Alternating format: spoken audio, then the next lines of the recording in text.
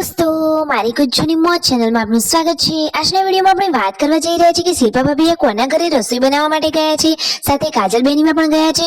અને દોસ્તો, આજે તો શિલ્પા ભાભીની લાડકી આ યશુ બાથરૂમમાં બંધ જ થઈ ગઈ, અંદરથી દરવાજો બંધ થઈ ગયો।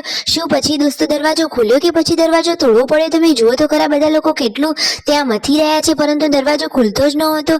પછી આખરે શું થયું? અને યશુ તો અંદર બૂમા બૂમ કરી રહી હતી અને આ બાજુ બહાર જોરદાર વાવાઝોડું આવ્યું હતું। તો દોસ્તો, બહાર સુકવેલા કપડાં પણ ઉડી ગયા હતા અને દોસ્તો એક ગાબડો તો પણ ખોવાઈ જ ગયો, ખબર નહીં ઉડીને ક્યાં જતો રહ્યો। દોસ્તો, બીજા દિવસે સવારે એ મળ્યો કે નહીં? અને કાજલ બેની બા શિલ્પા ભાભી આ કોના ઘરે ગયા છે, સાથે દિવ્યાંશ ભાણાભાઈ પણ ગયા છે, તો એ કોનું ઘર છે અને વાવાઝોડું ક્યારે આવ્યું, કેટલું નુકસાન થયું, એ બધી જ માહિતી મળશે તમને મારા આ વિડીયોમાં। મારી ચેનલ પર નવા હોય તો ચેનલને ફટાફટ લાઈક શેર અને સબસ્ક્રાઇબ કરી દો।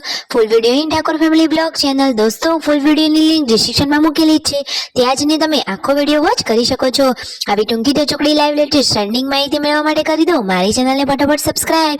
તો ચાલો દોસ્તો, હવે વધારે રાહ ન જોડાવતા આપણે વિડીયોની શરૂઆત કરી દઈએ। તમે વિડીયોમાં લાઈવ જુઓ કે જોરદાર વાવાઝોડું આવ્યું હતું સવારે વહેલા। તો આજે તો દિવસની શરૂઆત જ વાવાઝોડાથી થઈ છે। પછી જુઓ, સવારે પૂનમ ભાભી રસોડામાં કામકાજ કરતા હતા અને જમવાનું બનાવી રહ્યા છે પાર્વતી ભાભી તો બાજરીના રોટલા સરસ બનાવે છે અને દોસ્તો ચૂલા ઉપર સરસ મજાની રસોઈ પણ થાય। અને દોસ્તો, આજે તો યશુ આ બાથરૂમમાં જ પુરાઈ ગઈ, અંદરથી દરવાજો લોક થઈ ગયો। જુઓ, બહારથી બધા જ લોકો દરવાજો ખખડાવી રહ્યા છે અને અંદર યશુ તો બૂમા બૂમ કરી રહી છે।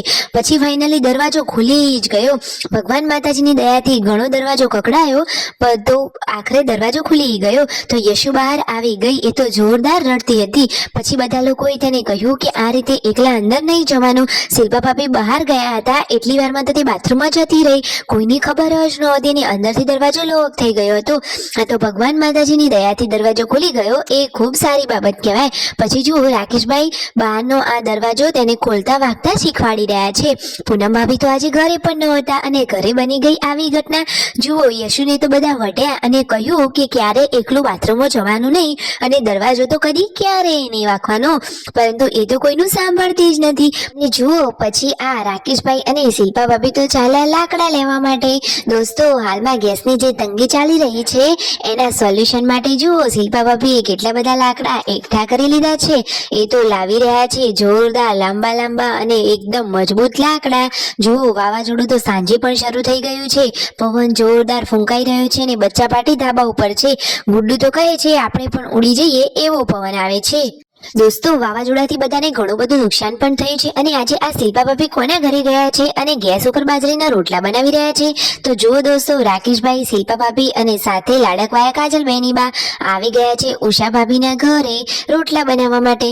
અને આ બાજુ અહીંયા ઘરે જુઓ, પૂનમ ભાભી અહીંયા રોટલી શેકી રહ્યા છે અને પાર્વતી ભાભી રોટલી વણી રહ્યા છે।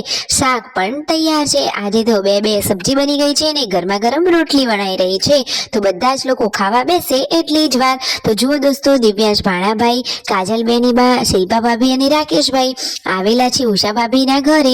ઉષા ભાભી અને ભગી ભાભીનું આ ઘર છે। તો દોસ્તો, તેઓ આ વાવાઝોડાના કારણે ખેતરમાં ઘઉં વાટવા લેવા ગયા છે, તો એમના ઘરે રસોઈનું કામ આજે શિલ્પા ભાભી કરે છે। દોસ્તો, ગામડામાં જુઓ, આ રીતે આડોશી પાડોશીના ઘરે હેલ્પ ફ્રીમાં જ થઈ જાય।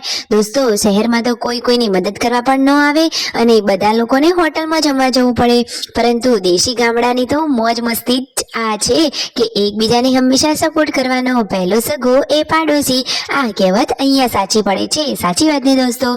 શિલ્પા ભાભી રસોઈ કરી આવી ગયા અને કાજલ બેની બા, શિલ્પા ભાભી બધા લોકો હવે જમવા માટે બેસી રહ્યા છે। તો જુઓ, શિલ્પા ભાભીને તો આ સબ્જી બહુ જ ટેસ્ટી લાગી, તો એ તો કાજલ બેને એની રેસીપી પૂછી રહ્યા છે। કાજલ બેને આખી રેસીપી જણાવી લીધી। તો લાઈક શેર એન્ડ સબસ્ક્રાઇબ।